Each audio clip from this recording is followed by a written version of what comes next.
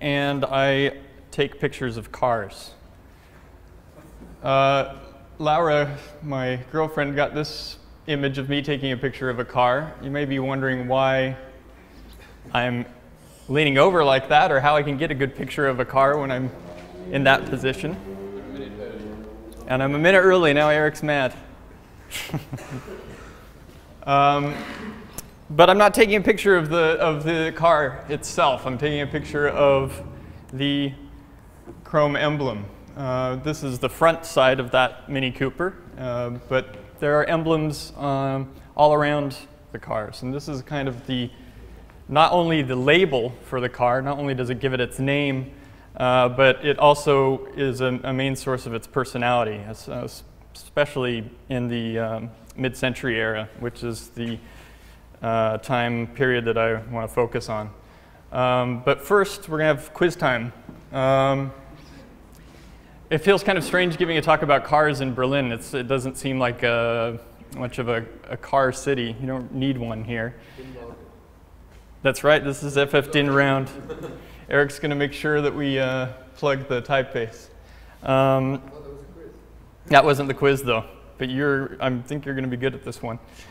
So you're going to see a part of a symbol, and my lovely assistant Laura will be here to divvy out the prizes if you can tell us what the make of car is. All right, we got one right there. You didn't even need the next letter. I always thought, maybe we should give them a little bit more. That's the old logo. Yes. The new one is pretty horrible.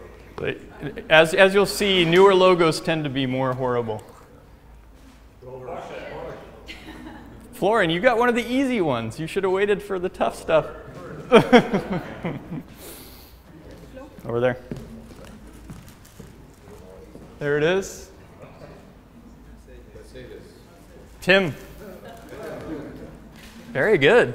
Somebody must be a type designer in there. This, yes, good. Ford. This one, I mean, you would think that you get it right away, but not until you see that blue oval does it become really apparent. Yes, got a correct answer right there. Chrysler. A newer version of it. This one you Germans should get. Yes. Yep. 280, you got it. 280 SL.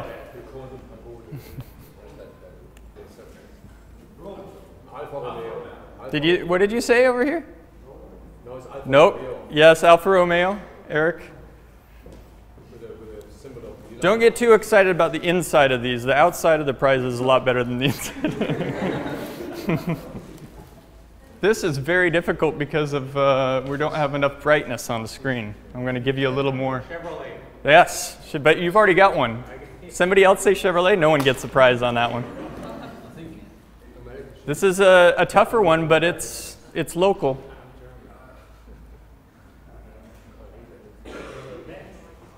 What's that?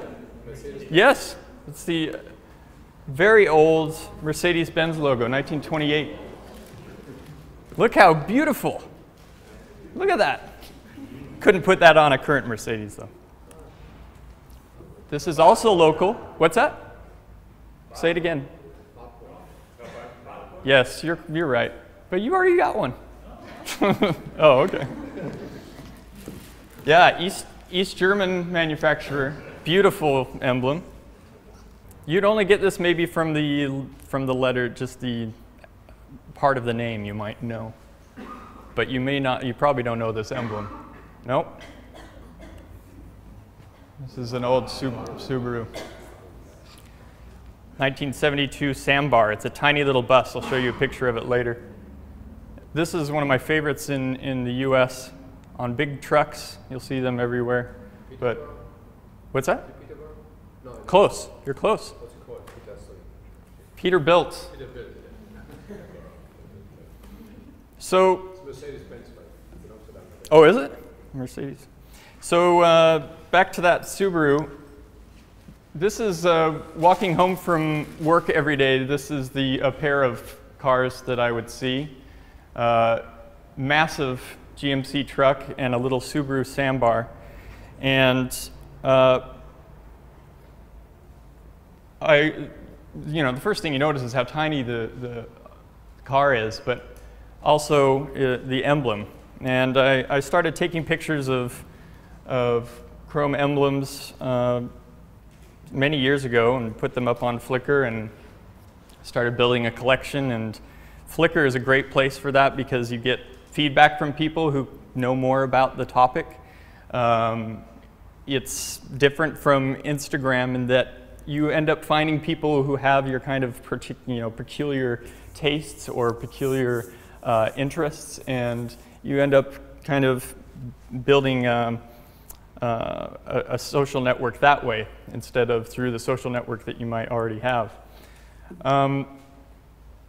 So I want to talk about 3 points, and one is collaboration.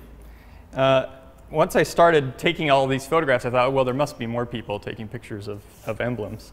And a really easy way to find out is by creating a Flickr group.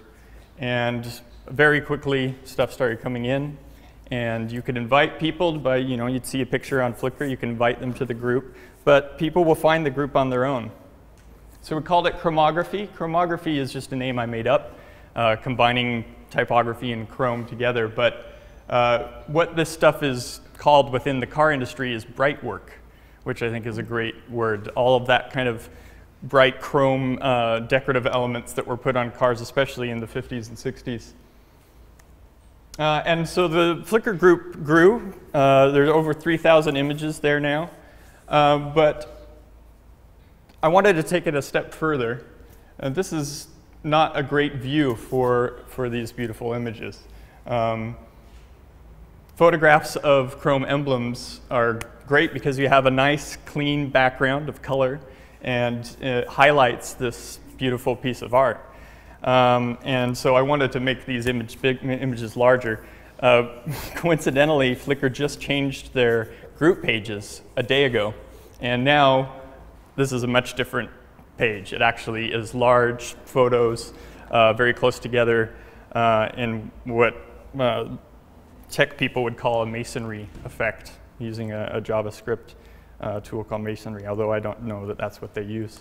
So I wanted to go beyond just collecting these images and curate, which means that you're using your own experience, your own taste to take the best of those images and put them into groups and themes that make sense and that are useful for research or just for fun.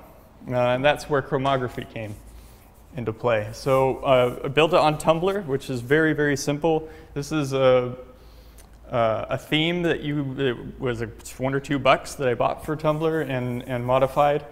So I don't know anything about HTML, and I did it pretty easily. And what it did was put the images up front and center and make them as large as your screen will go. These images will enlarge. And when you click in on an image,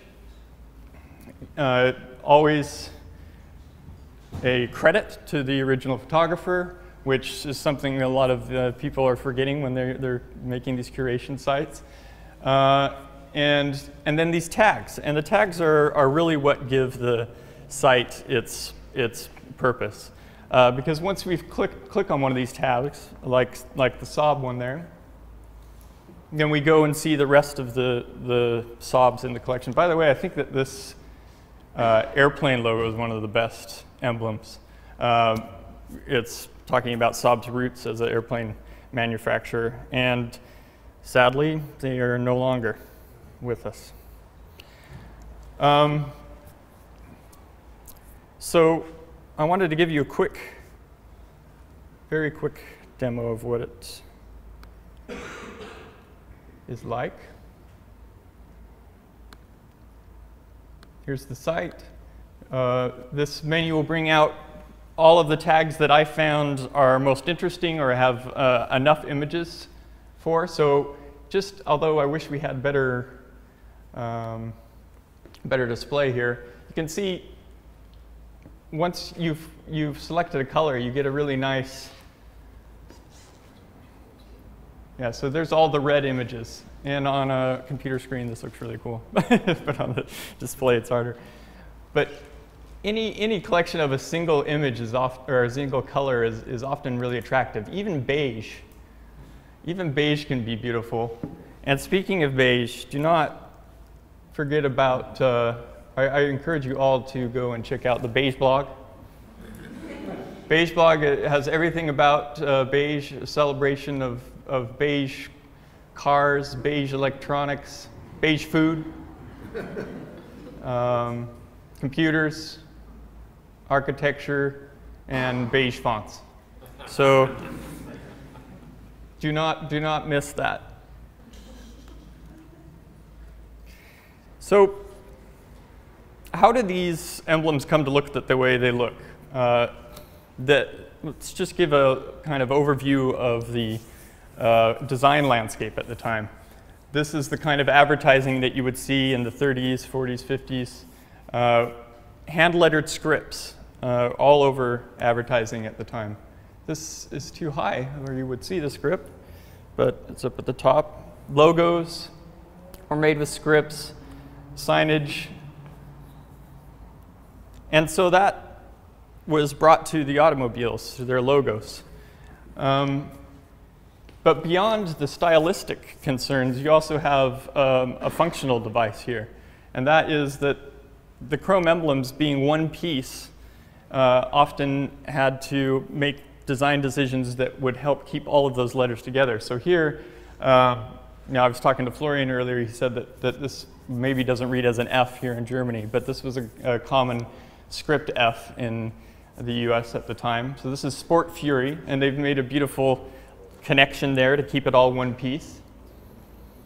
And the Fury actually is a car that kind of shows a good evolution of design at the time. You had your basic script, but then you started bringing in these elements like stars and elements from space, because in the US at the time it was an optimistic time. There was space travel was happening, and even this kind of Star Trek-ish rocket thing, before Star Trek even happened, was being used in the emblems. Some of these stylistic connections don't work as well as others. I love this lettering. It's kind of funky and wonky, but you can see that the connections are just kind of an afterthought on there. This, by the way, I don't know if you guys get these in Germany, this 60s Volkswagen logo, but it doesn't appear in the States very often. So it's always fun when you find that. When you're photographing these things, you find something rare, it's very exciting. It's kind of like birding. Yeah, that's the one we usually have. But maybe the granddaddy of emblems is the one that appears on this automobile. Anybody know it? Chromeography. It's a beautiful mark, and it's huge. They took it, and it basically occupies a good portion of the rear of the car. It can even be difficult to install your rack without obscuring it. But the style that is most typical of this era is what I've tagged on the site as a baseline connection. These very flat connectors at the baseline, keeping all of the letters together. And the Bell era is a perfect example of it. This is usually what people think of when they think of these 50s automobiles. And this continues throughout with different manufacturers using this technique. It was not only a great way to keep the letters together, but it also gave you a sense of motion. When you have this flat baseline and the letters leaning, it felt like there was some movement in the emblem. This is hard to see, but there's a little Jesus up in there. I like that. This is in the Mission in San Francisco. And this is a particularly nice example of it. Again, hard to see in this projection, but the connections are going to the middle part of each letter, coming off the bottom into the middle. It's a nice little detail. And not only were these emblems advertising the model of the car, but even the transmission, the gearbox. This Power Glide is not the name of the model. It's actually a kind of transmission, one of the first automatic transmissions. And it had two speeds. And they were very proud of it. And if you wanted to have a really cool car with a nice automatic transmission, you looked for the Power Glide logo. And even dealerships were making their own Chrome logos. So this Landsharp is a dealership. It says Kansas City, Missouri. You know, they're actually making their own pieces of Chrome and putting them on the cars. But all of these things are lettering. And a lot of people don't understand the difference between lettering and font, so I'll just quickly describe it. Lettering is something that has been done by hand for one purpose. So you have a word, you're going to write out that word or draw that word. And so you're designing each letter that you're drawing specifically for that word. Whereas a font, you're designing every single letter in an alphabet, and they all have to work together. So all of those things I've showed you are lettering, but there have been some fonts made to emulate this lettering. Some are more successful than others, but Leslie Cabarga's collection for Font Bureau is probably the best. And these are some of the styles that he's emulated. And the one that is used most often, and for some reason a lot in Germany, is Magneto. You've probably seen this a lot around, and it's usually used for cheap fast food things and other stuff. But it definitely brings to mind that golden era of car manufacturing. So why would you use a font instead of lettering? Here's an example. The logo for cars, it's not just going to be done once. If you're Disney, you're going to be exporting this into lots of different languages and countries. With a font, all you have to do is change the letters, and you've got a new logo. Magneto, by the way, though, is not it was not inspired by a car emblem. It was inspired by a refrigerator logo called the Kelvinator. And this is a little detour, but it's worthwhile. In Disneyland, when Disneyland first opened, they had this exhibit called Circarama. I don't know how they pronounced it at the time. But it was a 360-degree theater. So you went in and you would see all around you scenery from around America. But like a lot of things Disney, you had to have a sponsor for it. So you'd walk in, and up in the top in this circle would be the film showing. But then on the left side is pretty much a Nash dealership. Nash is a car manufacturer, and they show you a bunch of the newest Nash automobiles. And then on the right side is appliances. And so there was actually, you know, during this period of optimism where everything was new and high-tech and amazing, not just the cars were that way, but also the refrigerators and the gas ranges. This is another view of it. If we were up higher, you'd see the logo again. So here's an example of one of the refrigerators. This is the Rolls-Royce of refrigerators. It's called the Foodorama, and it can hold 166 pounds of meat in the freezer. Has a handy breakfast bar for eggs and bacon, and 2 pitchers of juices. Cheese and butter chests, everything's nicely labeled for you. An aluminum foil dispenser, and even an unrefrigerated section for bananas. So there's a section in this refrigerator that is unrefrigerated. That's how fancy things got at that time. Is there any shape for the girl to live in?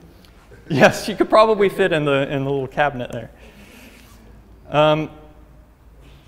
But there's another thing that influenced some of these emblem designs, and that's the shape of the automobile itself. This is a Peugeot 504. It's difficult to see, but if you don't focus on the beautiful woman there, just the front of the car here with the angled front, you can see echoes of that in the 504 emblem. In fact, this is one of the few emblems that really fits to the shape of the car. The front of the car has the same angles, and even if you look in the 4, it echoes the shape of the headlights. And this is something that wasn't done that often, but I think it should have. It really created, once you saw that 504, you saw the car, you saw the face of the car.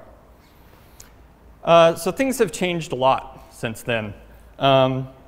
Just a quick visit to the 80s and 90s. This is my Honda Civic wagon that I had for 10 years, served me really well. The shape of the car, very different from the cars we were looking at. It's very straight, kind of my mom called it a toaster, kind of like an ATM machine. And this is, it's just like mine, except mine is in color. This is a Honda Fit. This is the one I replaced my car with. And it's a little bit rounder, a little bit more aggressive, a little more sporty, kind of reflecting modern styles. And you can see that their emblems do as well. The Civic emblem has got kind of a 80s, 90s techno feel to it. And then the Fit is kind of a little bit rounded, a little bit more aggressive, a little blobby, but it has this kind of fun dot in the middle that says, oh, this is a fun car. But this is about as exciting as emblems get these days, this Fit one, and that's not that exciting. This here is a selection of different, from 2005 to 2012, each of these is from a different manufacturer. These are all cars from different manufacturers, different countries, different markets. So we have American cars, European, Japanese, and different classes as well. Some of these are luxury cars and some of them are economy cars, but essentially all the same kind of lettering style. So the third reason really for chromeography is conservation. I want to preserve these marks because they're not going to last forever. These things don't stay on the cars. They fall apart and they end up in junkyards. And photographing them is the best way that we can preserve them. And that's it.